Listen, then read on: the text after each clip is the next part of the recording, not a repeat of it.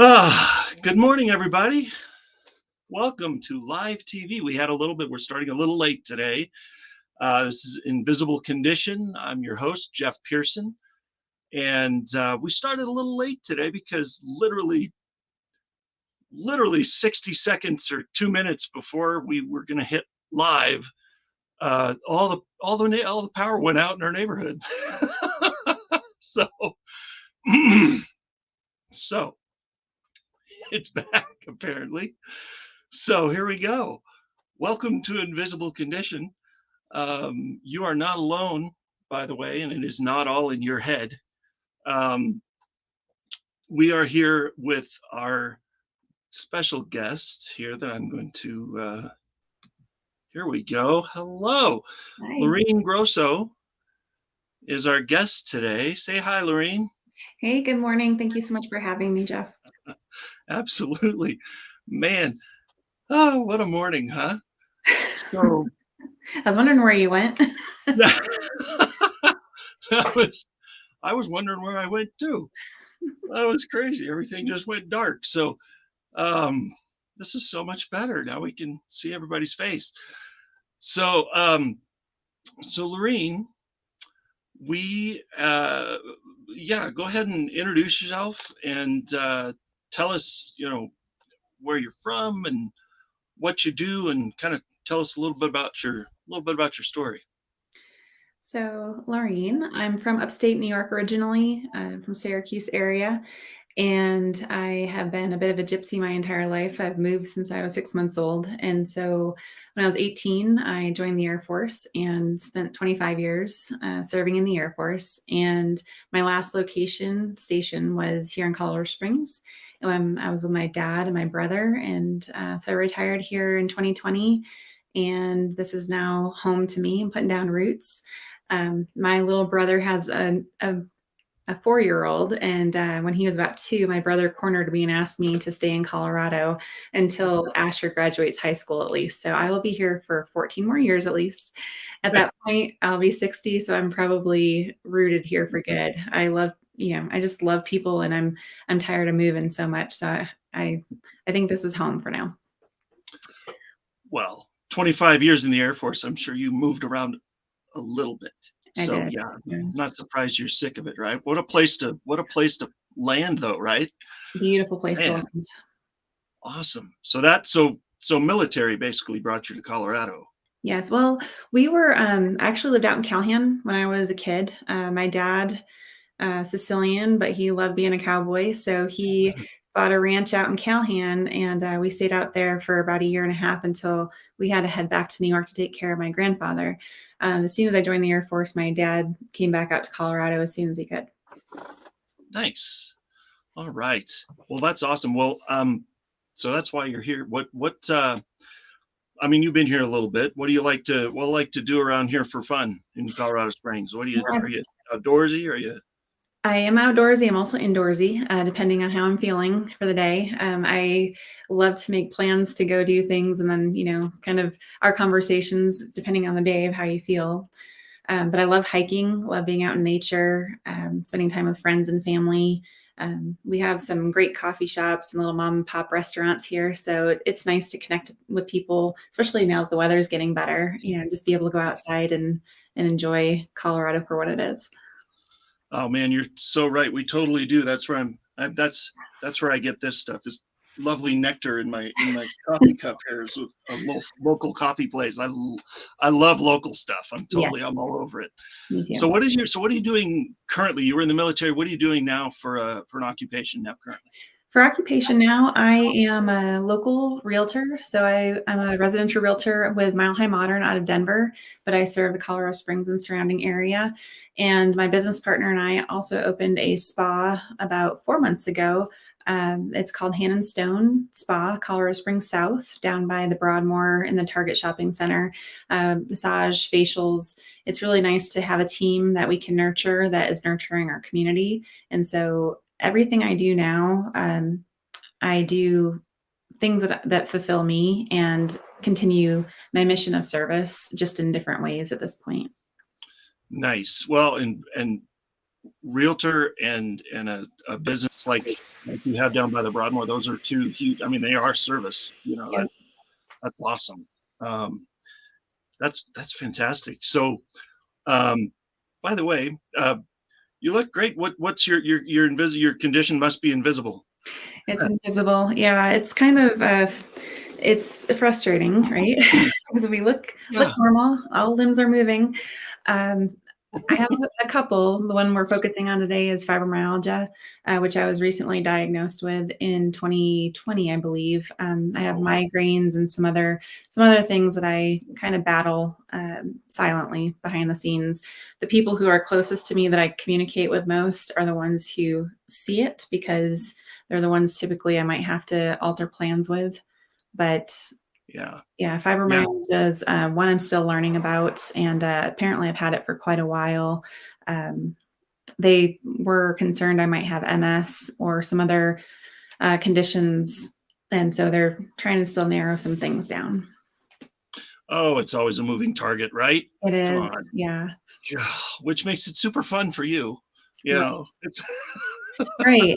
Well, and that's just it. Is for years I had all these different symptoms, and trying to being in the military, especially, I'm trying to serve, I'm trying to protect my career and do my job as best I can and deploy and yeah, be the best that I can be for my service. And dealing with these conditions that aren't showing up in blood work or images, or you are getting the luck of the draw of what medical professional you have, of what experiences they've been exposed to, how open-minded they are, how willing they are to do some digging, and if they have time to do some digging for you.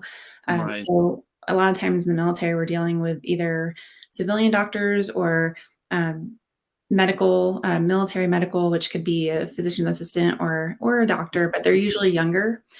So Yeah. it's just really it's you're not going to the specialist until you get to that person and they can recognize something and they send you to a specialist.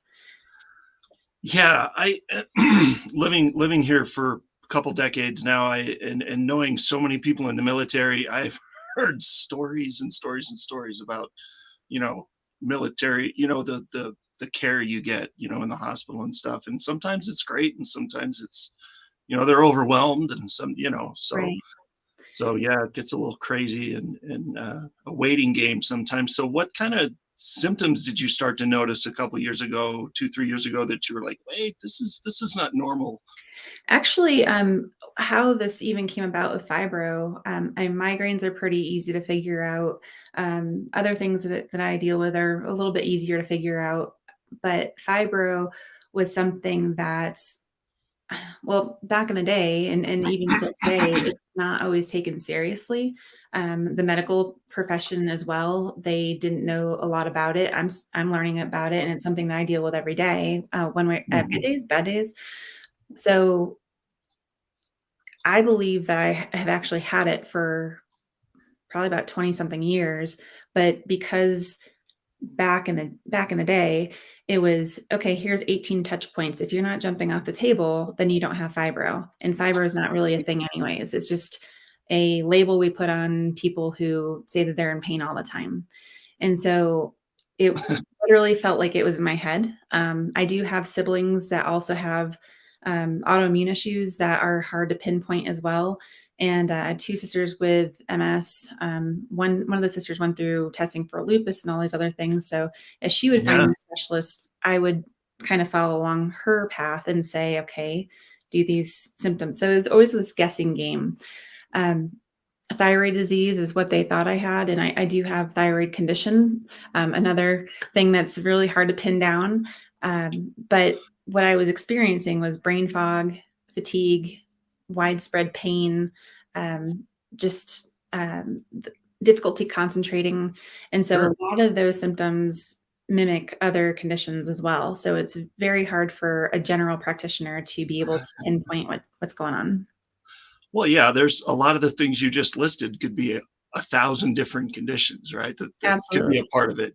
So yeah, so they're probably just, scratching their head and throwing their hands in the air and sending you to the next guy. right. So So just to pause for a second and address the live audience that's watching. If anybody out there also has experience with fibromyalgia or has a family member with it, or you have it yourself, let us know. Let us know in the chat, and we can kind of go back and forth a little bit and see what your experience was like. And because everybody's experience is very different with especially with something like that's invisible like that, you know. So you were talking about the doctors. Were they at least I mean, once they figured it out, were they kind of supportive of you know, getting you care and figuring it out? Yes. So I was still in the military system. So we're very lucky with the coverage that we have in the military, and I'm very aware of the fortune that we have with that. There's a lot of maneuvering and navigating through the system to try to get to the right person. It's like, okay, well, now here's another label. I don't want a label. How do I deal with this? And so I'm not somebody who likes to take a lot of medications. So I had to do some digging myself to see like how naturally I could take care of myself. I do take a medication to help with some of the pain, but I've also been able to wean off a different medication they'd given me. So to get to that specialist, they said, well, you need to go to a rheumatologist. And so I kept trying to get into a rheumatologist, which is really hard to do here in Colorado Springs. And so I was trying to get into Pueblo or Denver, someplace. And finally they said, well, we don't need to see you. It's your doctor who who diagnoses you.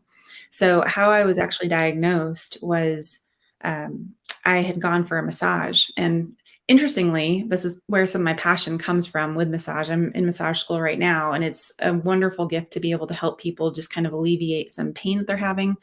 But also, I had a massage therapist who did not diagnose me. I'll make that very clear. But she had worked in a physical therapist's office, and they had a lot of car accident patients and a lot of fibromyalgia patients for some reason. And she was massaging my calf, and I was about off the table. It was so incredibly painful. And I've been getting massages for years, and I used to be able to handle deep tissue. And then over the years, it's gotten to the point where I can't anymore. And she said, I don't want to alarm you. I'm not a doctor, but I really think you need to go see your doctor because your body's responding like our patients who have fibromyalgia.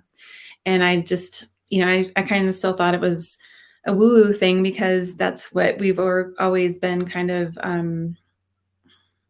the mentality around it. If you don't have it, if you don't have anybody in your life who has it, who deals with it, and it's just, there's no credibility in my mind because I have not done the homework on it. So I went home immediately, Googled it, of course, which you're not supposed to do, Googled it, and there were about 20 to 30 different symptoms. And I was like, oh my gosh, yep. Check. Yep. And so the next appointment I happened to have was with my neurologist. And so I talked to him about it. I trust him. And I spoke to him about it. And I said, what do you think about this? And this is what she's told me. And he said, with your medical history, I think it's very valid. Let's try you on this certain medication. And that medication is one of the 3 that they recommend to help with fibro symptoms, the pain. And it was like night and day. So I knew that we were onto something at that point, and just digging in a little bit more about the symptoms and the lifestyle and kind of what I could do personally in my life to change things really made a big difference. So That's where I'm kind of on board with the label does stick this time. Sometimes they do. Yeah, and that's okay. That's yeah. totally okay, because then you know where to move forward and how to figure it out, right? That Yep, you don't absolutely. have a label, then everybody's confused and you're really frustrated. Absolutely. So, Yep. yeah, totally. Well, I tell you what, I need to go to a commercial. Okay. But we are going to come back in just a couple of minutes. We'll be right back. Okay.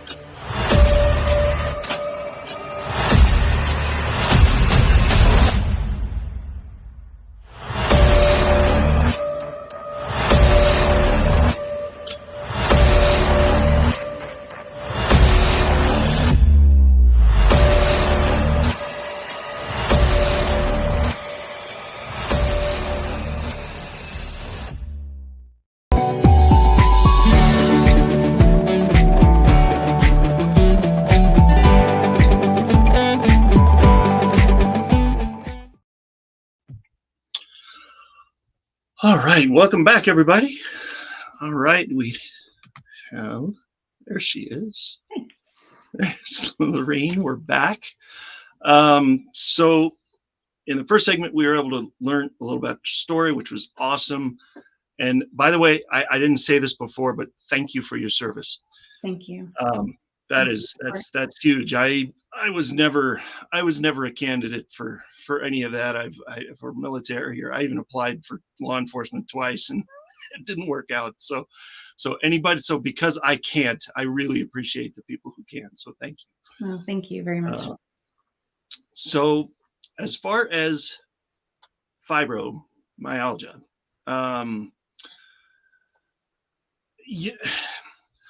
yeah, so when you diagnose that kind of thing, it's kind of like it's almost like it's in the wind. There's not like imaging. You can't get an X-ray and go, there it is. I get it. That's what it is, right? Right. So how did they actually narrow it down and pinpoint that that's what it was? So it's, for me, I don't know how this is with everybody, but for me and for the medical coverage that I had, basically they've had at that point, they had 25 years of my medical records. And so there was a theme in there of back to when they thought I had, well, again, I do have a thyroid condition, but a lot of the things with thyroid, I have tried to work as well. So I try to deal with everything as naturally as possible and what I can do without medications. And a lot of people with thyroid disease, another thing that's, sometimes it's invisible for people. If it's Graves' disease, obviously you can see it with their eyes sometimes, but for Hashimoto's, which I have, you don't see it. You actually can, because my eyebrows, the outer third of the eyebrows just disappeared. I don't know what happened to them, but they're gone. So the outer third of the eyebrows for people with Hashimoto's kind of go away. And then I had a goiter. So my thyroid is 4 times the size it should be. And that's how my endocrinologist diagnosed me. However, my blood work was always perfect. So that's a very big frustration of a lot of people with thyroid conditions, and especially if it runs in their families and they can see the symptoms, which a lot of it mirrors fibromyalgia, the brain fog, the exhaustion, confusion, not being able to find the right words when you're talking. So as you can see, like over my career, I was battling different things that kind of cross paths with each other. Migraines are something that I deal with. Chronic headaches is something with fibromyalgia as well. So it's just which one is coming into play today. So the doctors that I dealt with, my neurologist, he's like, he knew my record well enough to know it makes sense. This might be a thing. He had not even put 2 and 2 together until I came to him with what the massage therapist said, tried me on some medication, which helped with my nerve pain, and continued getting massages, just lighter tissue massages. And they did continue testing me. I recently was tested for MS. I had an MRI done and they didn't see any lesions that indicate that I have MS, which also has some similarities to fibromyalgia. So they're still, once in a while, I'll get a medical professional who's like, let's try this. But in the meantime, I'm just really living my life and making sure that I'm doing the best I can to live it as best I can, actually. But the joint pain, the nerve pain, the muscle spasms, the brain fog, it can cause a lot of different things that, like I said, kind of mix in with other conditions that it could be or couldn't be. So it's a guessing game in my life. I would love to hear if other people have different experiences of how they were diagnosed, instead of the 18 points. And again, that was kind of archaic back in the day, where it's like, okay, well, if these 18 points don't hurt where you're jumping off the table, then you don't have it. And they ran me through that test and like, oh, you're fine. So I was like, okay, well, what's not that you want to focus on things that are wrong, but like you said, if you have that label and you have that diagnosis, you know how to attack it and you know how to counteract things sometimes. Well, and you live in your body, not them. So right. you know something's wrong, right? So when they tell you nothing's wrong, it's like, wait, no. That's Right. not true. Well, and So sometimes too, yeah, we do live in our bodies, but sometimes we're so used to something that something's normal to us that's true. that whether it's, I've got little notes here so I wouldn't forget, but the sensitivity to touch, environmental sensitivities like light, muscle stiffness, joint stiffness, muscle spasms, like a lot of these things were okay. I was a runner back in the day, so muscle spasms Yeah, easily validated or rationalized, muscle stiffness. But you just, when you get used to it, you just don't know that these aren't normal things sometimes unless you're yeah. talking. And that's why it's so important. I love your mission that you're talking about these invisible conditions that people are like, is it in my head? Is this normal? And there's ways to deal with it in a positive way where you can live your life as full as you want. Well, and thank you. And I let me let me say it. Let me state the obvious. It's not in your head, No, right? no, It's definitely not. no. That is crazy. So, what? So all the things that all the doctors and all the diagnoses and all the different tests and oh, you don't have it. No, you do have it. What kind of like? I've heard you say the word natural a couple times, and I love that because that's when we, back few years ago after some surgeries I had, we ran out of pharmaceutical options. Right, every time we went back to the surgeon, they just looked at me like I had three heads, and so we had no choice but to look at natural stuff, and that's where I found relief from some things that was really wreaking havoc on me. So, what did you find? What kind of natural stuff benefited you? So one thing with people who have fibro or just like that muscle pain, even if you haven't been diagnosed, somebody who has that joint pain, muscle pain, fatigue, I think we're really hard on ourselves sometimes. And I know like in the military, we are very hard on ourselves because we have to maintain physical fitness standards and we have to fit in our uniforms and we have to be under a certain weight and things like that. So there's a lot of pressure when you're in the military to maintain those standards and to be be a good role model for your team. If when you're on a team or you're leading a team, it's really important to be that role model. So there's a lot of pressure and a lot of guilt that may come along with that. So for what I had found for me is that the gentle exercises. So I don't run anymore. Walking, hiking. You can get a strenuous exercise out when you're hiking. Swimming, biking, things like that is much better for somebody with this condition. Um, Good nutrition. So Yeah, there's certain things that are really beneficial for the body with this condition, and magnesium, different vitamins, and making sure, like vitamin D, especially, making yeah, sure you're cutting out alcohol, sugars, and artificial sweeteners, bad fats. Um, let's see, gluten and dairy. That's really tough for a lot of people. So those are two things. MSG, caffeine is another difficult thing, mm, refined carbs. And so I have not been the model for that one at all, but I have cut out a lot of the sugars, the alcohol. I've cut down on gluten and dairy, and those are, if I have arthritis too. So when you have arthritis and all these different things, the gluten, the dairy, nightshade, vegetables, things like that can yeah, really cause an inflammation in your body. So again, just helping those things. And then if you have to resort to medications, there's one I can't recall what it is, but um, Lyrica and Duloxetine are two they use. And I don't like to, like with my migraines, there was one medication they gave me years ago. Finally, they found one that worked for me, and it was called Cafragot, and it was not a pure caffeine pill, which wouldn't really work in my life now, but I would literally take a Cafragot pill with a Mountain Dew to get rid of my migraines. But I had gotten to the point that my body got so used to that medication, it didn't work anymore. And yeah, so that's one reason to not get relying on a medication, because your body can get to the point where it doesn't work anymore. And you might have to up a dosage, which isn't good. And so just being able to find things, whether to remove or add, like that gentle exercise, keeping moving, being able to keep moving, even gentle, is helpful to help those muscle stiffness and joint stiffness. nice. Well, Man, so much of that I can I kind of relate to some of that, but I no, I get it. Um, so real quick, we're going to need to go again in a second, but in 60 seconds or less, if you could encapsulate what's the hardest part of living with these with like fibromyalgia, and then what's the best part? The best part. Hey, Um, okay, so the hardest part, I would say now, I mean, now I've kind of told you the military kind of protecting my career and protecting my team and trying to yeah, give everything I have and not want to be seen as a failure or feel like a failure.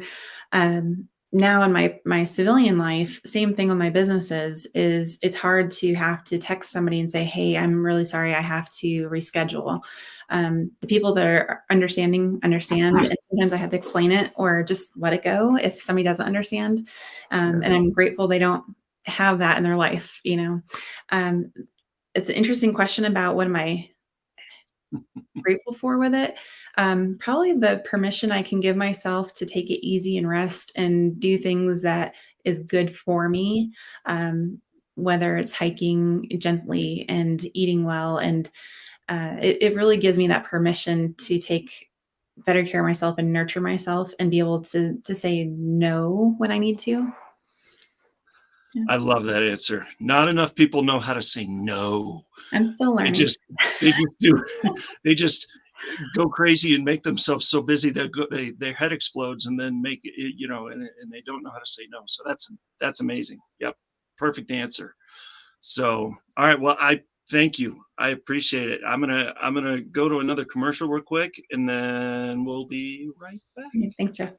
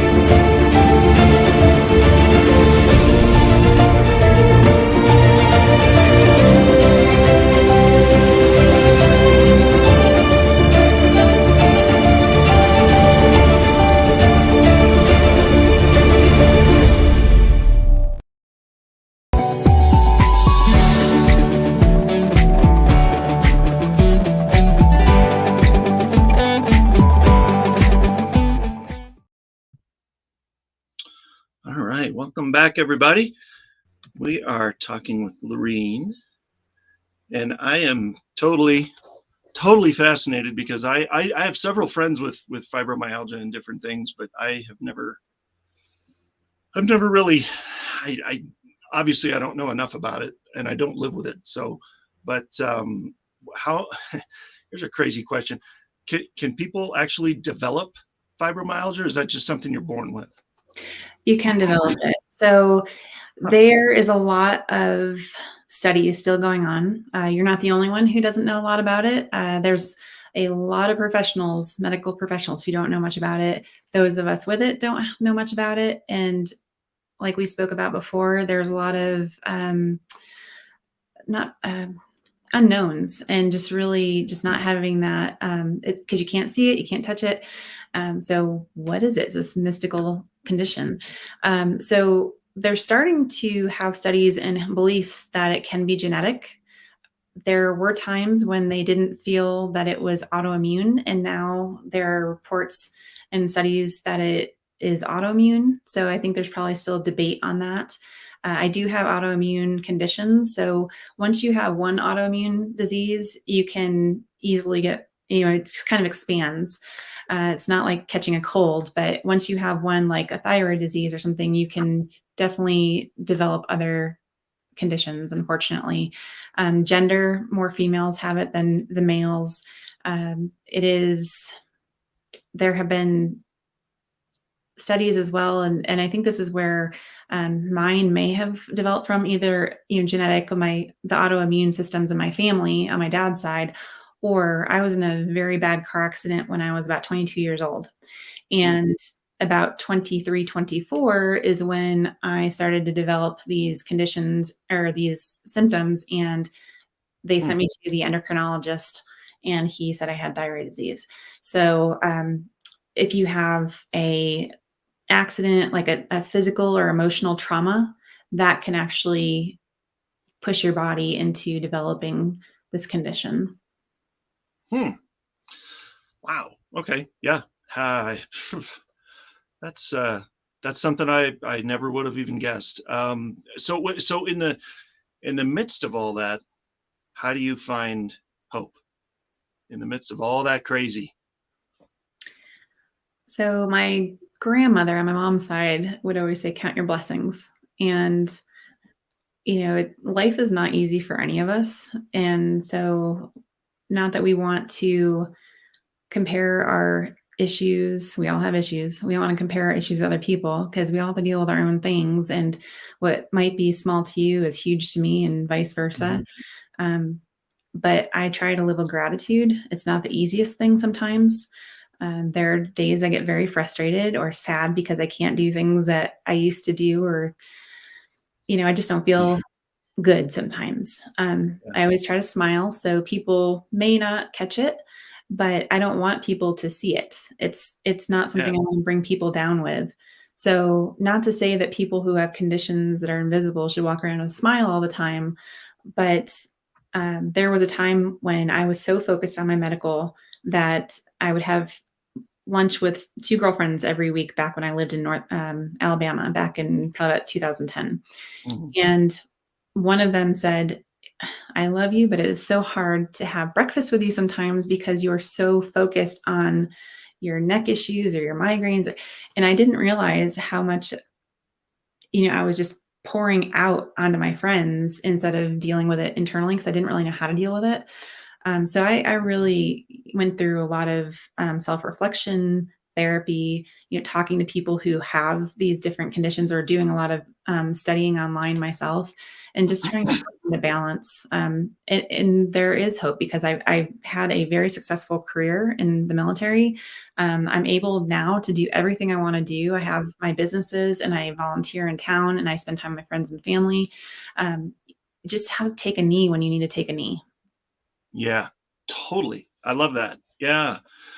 Oh man. Yeah, because that's I struggle with that over the years too. And I've been called on the carpet for that too. Yeah. You gotta kind of adjust a little bit sometimes, Yeah. right? Yeah.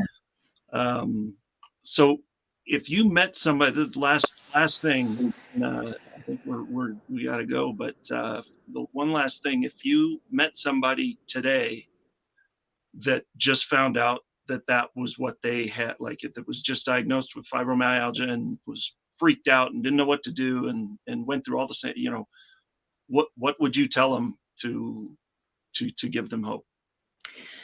I would tell them I completely understand. Having a label like that where there's so many unknowns is difficult, but it is absolutely possible to be able to have a life that they want, and just maybe need to adjust things. So I'd encourage them to study up on things, reach out. They can reach out to me. If you have people who want to reach out to me, I'd be happy to talk to them, and just stay positive and, look for the bright side on things. And they get to take naps sometimes when they want to. Yeah, right? Mhm. Seriously, Yeah, naps are a beautiful thing. That's they are. like my system reset. They Take a are. nap. Oh man. Well, I'll tell you what. We are gonna, yes, for anybody that wants to reach out and contact you, we're gonna put your social media info in the notes for the show and everything, and they're gonna be able to reach you. And so that is huge because sometimes that's all it takes is somebody just somebody else that's going through what you're starting to go through to say, he oh wait, she's doing all right. She survived it, you Yeah. know.